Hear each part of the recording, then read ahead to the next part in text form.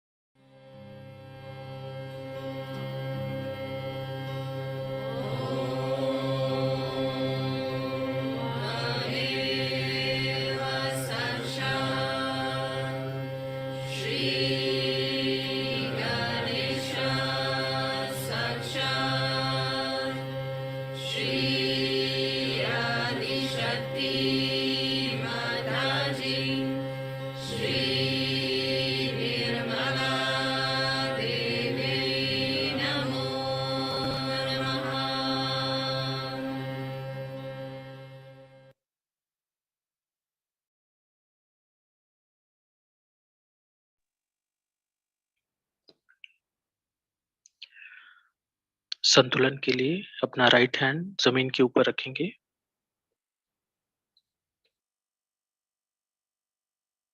शु माता जी से प्रार्थना करेंगे, शु माता जी, आपकी कृपा से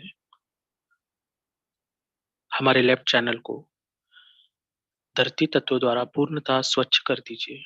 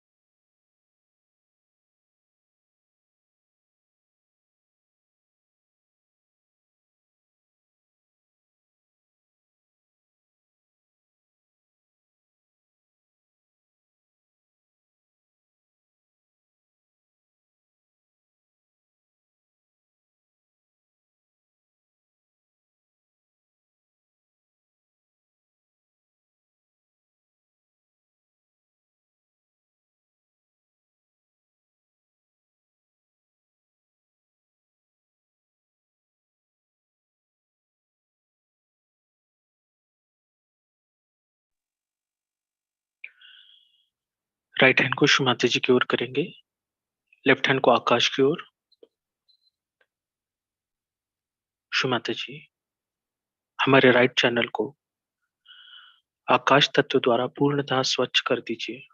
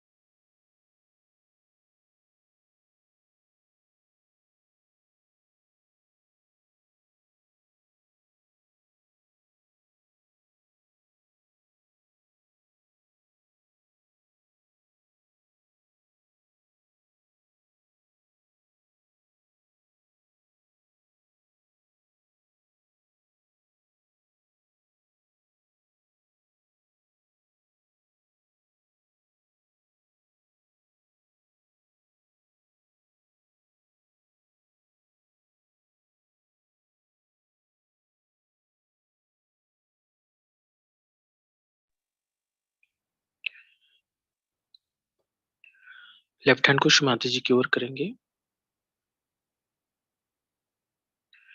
दोनों हाथ शुमाते जी की ओर करके अपना टेंशन सहस्रार के ऊपर रखेंगे।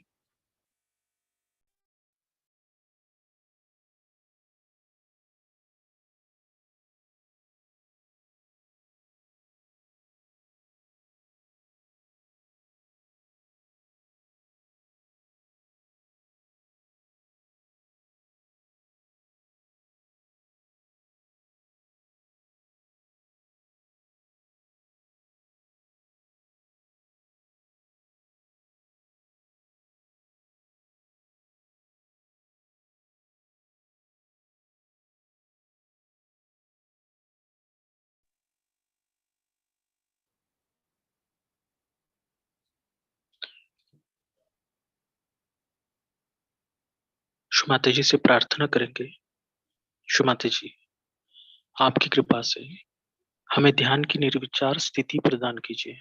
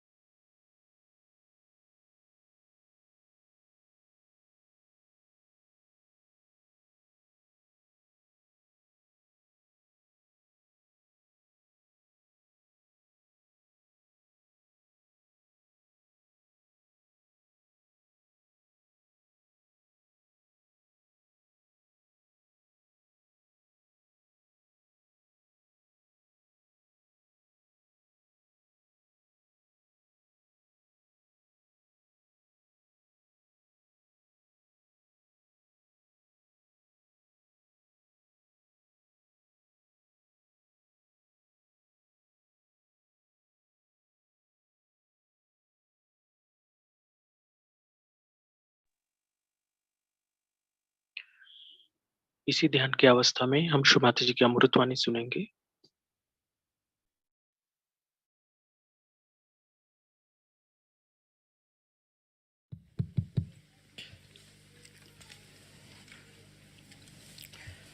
Today, you all have gathered here to worship me as your Guru.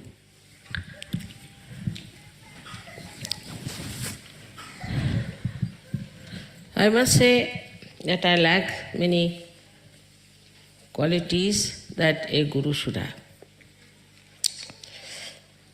In the sense, I cannot be strict with you. I cannot be stern with you. And I really don't know how to punish you for doing wrong things. This may be because normally I think the gurus have problems with their disciples who are mostly not realized souls. As they are not realized souls, the gurus find it difficult to communicate or talk to them about the subtle problems that they have.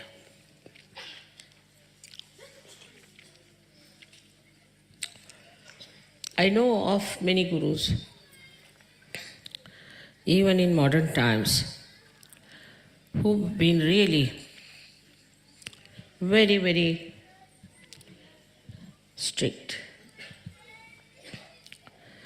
And also they told me that they have achieved their realization by working very hard and by suffering under the strictness of the gurus.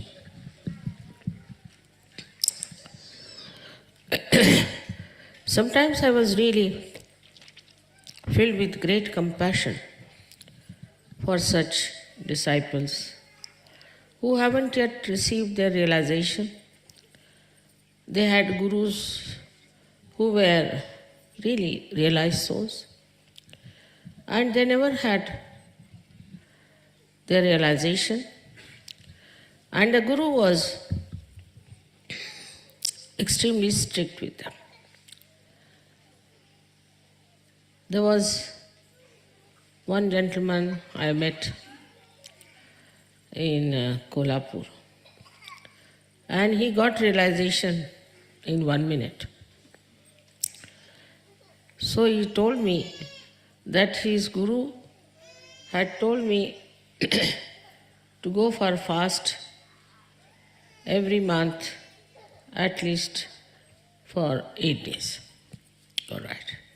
Then he asked me to build a temple of Dattatreya in his village. And every day he must go and worship Dattatreya in the morning time and in the evening time. He spent so much money. And still he didn't get realization. And while you hardly took 2 minutes to give me realization, Mother, what is this? How you have been so gracious to me.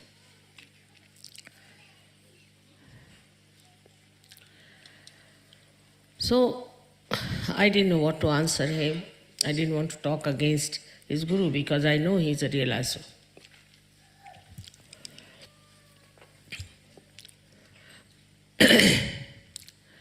Actually, most of these gurus and incarnations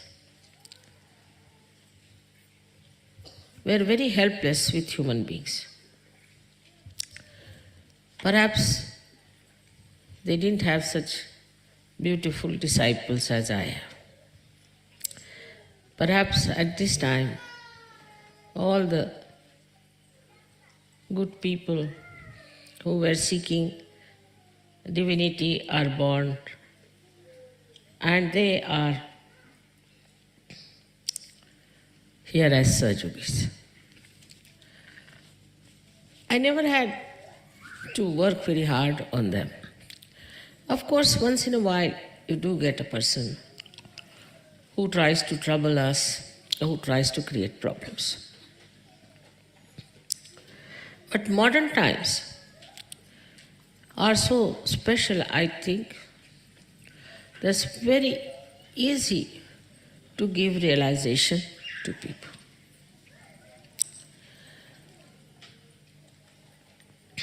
At the time of Moses, he had made laws because of the decadent society of the Jews at that time. And that one was very hard, very, very hard, which we know today as Shariat, was taken over by the Muslims. And even now the punishments, according to so-called Quran, are so hard that you can't believe it.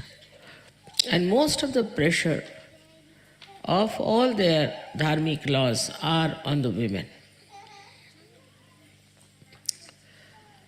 Whatever it is, even in the Bible, if you read Christ, he has said that all those 10 commandments are nothing. You have to go beyond them. And he says, if your one eye is mischievous, is committing sin, take it out. What's the use of the whole body getting contaminated by that? Or if your one arm is doing something that is wrong, you better remove it. Because of one arm, the whole body will suffer. He said that, it is said that you should not be adulterous, but I would say that you should not have eyes in which for any woman you have desire, you have committed a great sin, and you'll all go to hell, all those people will do it. So you should not have adulterous eyes. Another thing he has said, that if somebody slaps you on one face, you should turn the another cheek towards that person. When I knew about these laws, I said, how can you have such people in this world? It's a very subtle thing. And the last of all, which was very, very good, was that you should be righteous. Righteous more than all the scribes and all the Pharisees, I mean the priest and all these people. You have to be much more righteous than them. I mean, in early age when I read it, I thought, where can you find such people who can be called anywhere near Christ's description? It was inconceivable at that time. India is one place, as I told you, people are dharmic by their own, we can say, their own genes, you can call them, or you can say they are extremely dharmic because of traditions, brought up like that. In my time, in the South India and Maharashtra, I think we were very dharmic family, and it was very dharmic atmosphere. Still, these things that Christ has described was not there. For example, anger was regarded as a great asset. People used to boast, I'm very angry with that person. They used to say, very common. Of course, I don't think in India anybody can say, I hate you, because it's regarded something sinful and stupid. Because to hate somebody is being adharmic. But of course, they did say so many things that were not at all permissible by the laws of Christ. And then came Muhammad Sahib, who just found that nothing works out. So I think they adopted Shariat, but not Muhammad Sahib, but they had adopted already the Shariat. He accepted. He said, all right, this Shariat can be worked out. But it is so inhuman and has no balance, because only the women have to suffer, nothing to men. If a woman did adultery, then she was punished, but not the man. Even, I don't know what is the law here, but in India, if a woman who is married does adultery, such a man has to be punished. But if the married man does adultery, there is no punishment. All these things, I know, cannot be forced on anyone. Whatever Christ must have said, he must have said in his own meditative mood. He was surrounded by people who tried to kill him, and they killed him ultimately. And the kind of people they were, especially at that time, the Romans, extremely cruel. So how can he say that if somebody slaps you on one cheek, you turn another cheek to that person? Very angry, hot-tempered people were there. Krishna, of course, said it very clearly that krodhat vijayate samoha. His krodh is the worst thing. Anger is the worst sin according to him. Only from anger everything comes out. But he didn't say how the anger comes in. He didn't talk about it, that the source of anger was your liver and also your upbringing. These two things give you horrible anger. Unless and until you witness yourself, your realization has no meaning. You should separate yourself from yourself and see for yourself what is really wrong with you.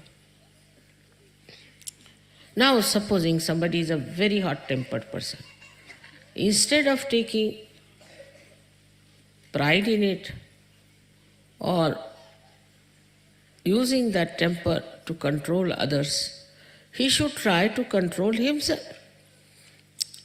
How? First is the krodha. Anybody who wants to be a saint should know that anger, this krodha, should have no place. How do you do it? You first of all witness yourself how you behave. For example, I would say artificially you become angry, artificially. And stand before the mirror. See your face, how you look like. You'll be surprised. It looks like a face of a monkey or a tiger, or I don't know what animal you must have been in last life. And then you are amazed that you are still carrying the traces of that previous life that was whatever was the animal. Then the second thing would be, take out the anger upon yourself. As we have in Sahaja, we write down our own names and beat it.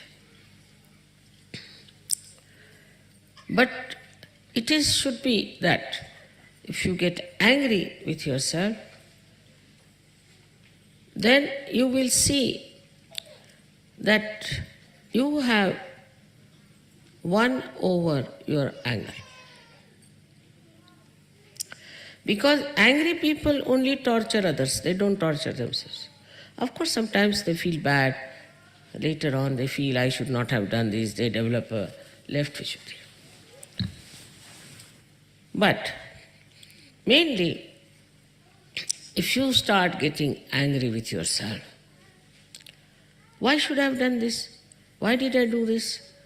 Why should I get tempted to this? You'll be surprised your temper will go down. And also, physically, you should see you have a liver problem. With that, you just face yourself and tell that I am going to get rid of this liver problem. How dare it become my enemy and stop my ascent in spirituality. So the witness state has to be developed. For a Sahaja yogi, it's very important to develop a witness state. But normally what happens, that Sahaja yogis develop a witness state for others. Now you know in Sahaja Yoga, the door is open to everyone. And some mad people also walk in. Some funny people also walk in. Some very bad charactered people also walk in. All kinds of things. So now you should see, what are you worried about? Are you worried about people who have problems, who are no good, for whom you cannot say that they will be Sahaja yogis, or you are enjoying the people who have got Sahaja Yoga? This temper sometimes has made people really mad, I tell you. Can go into your head and can make you mad. And we have some mad people in Sahaja Yoga. We have still. But they have become so mad that now they are no more angry, they are no more troublesome, they are just mad, that's all. For such people you shouldn't worry. There's no need to witness others, witness yourself. And I sometimes feel that anger comes through too much austerity, too much of extreme nature also. Some Sahaja yogis are extremely austere about everything. It's maddening. In Sahaja Yoga, everything is Sahaj, is spontaneous. We are not to be austere. This should not be particular. I said now it's not better not to wear a black sari or something, if I say so. Then it doesn't become a sentence from Brahma. Supposing then somebody is wearing a black sari and coming, you will all run away from that person. Or black clothes. It's not that. You are gurus yourself. Why should we be afraid of any kind of person who comes to you, whether it is black, white or any type? Why should you have any fear? The another side of temper is fear. A man who is hot-tempered always have fear because he sees himself in others. He sees that another person also must be having the same kind of temper and he'll attack me. So he is always on the protective. In a Sahaj manner,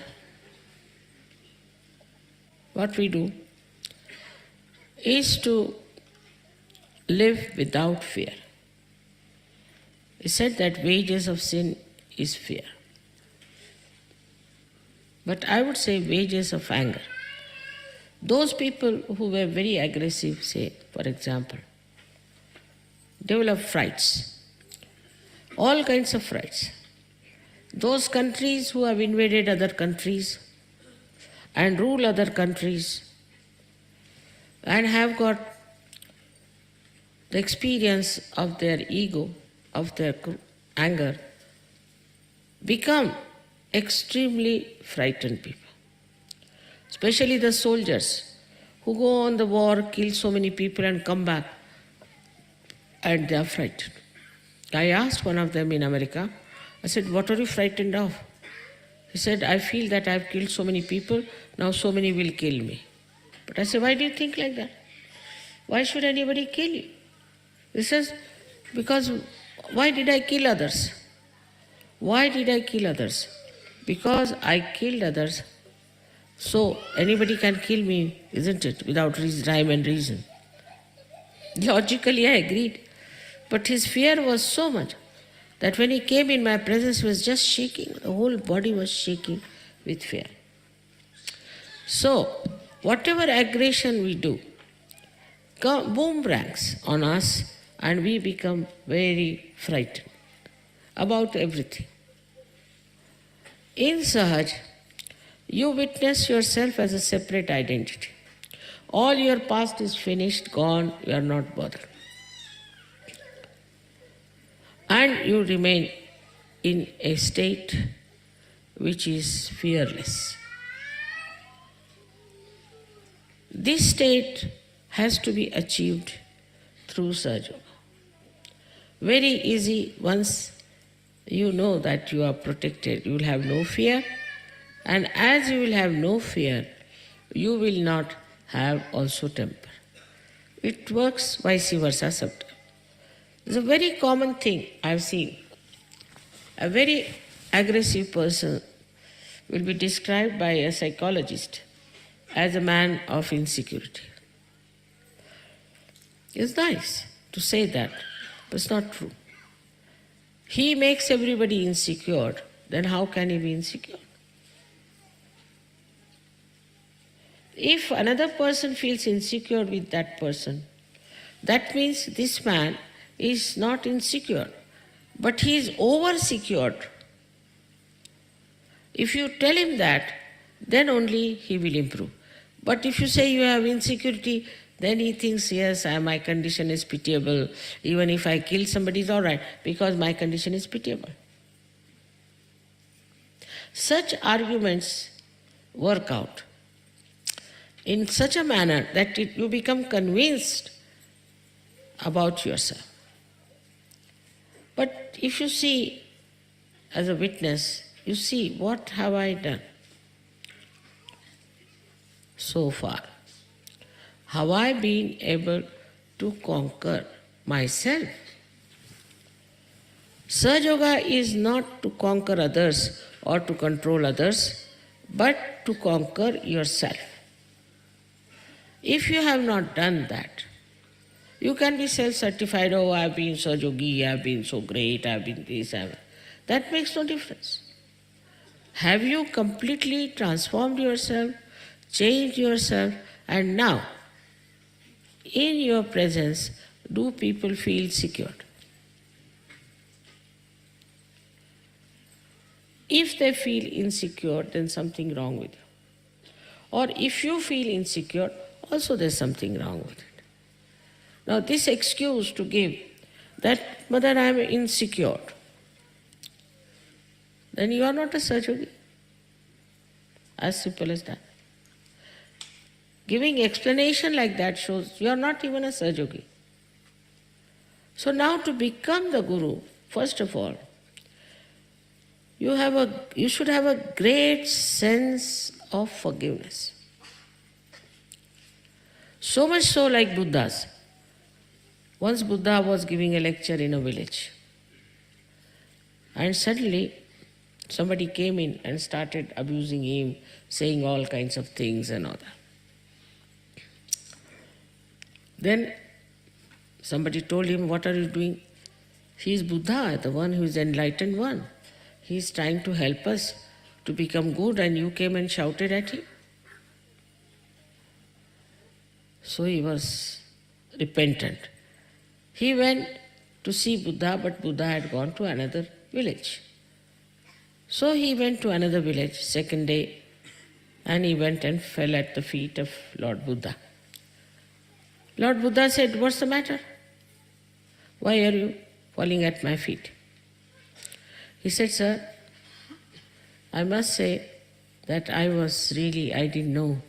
You were the enlightened one. I just shouted at you, said things. I don't know what happened to me. So please forgive me." He said, "When did you say this to me?" "Yesterday." "Where?" "In such place." He said, "Yesterday is finished now. What is there to forgive?" Now, he came begging of his forgiveness, repenting immediately. He said, "Yesterday is over." That is one of the greatest qualities Sahajogis should have.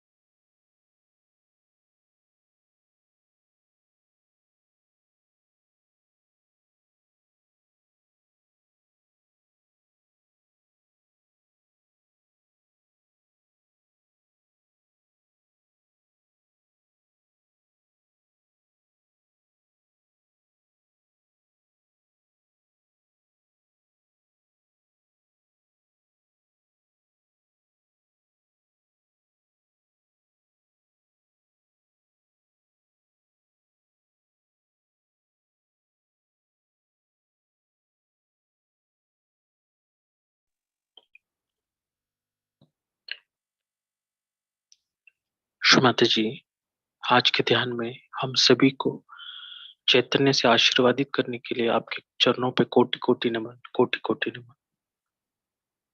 हम सभी शिशु माता जी को नतमस्तक होके प्रणाम करेंगे और वंदन लेंगे। जय शिशु माता जी।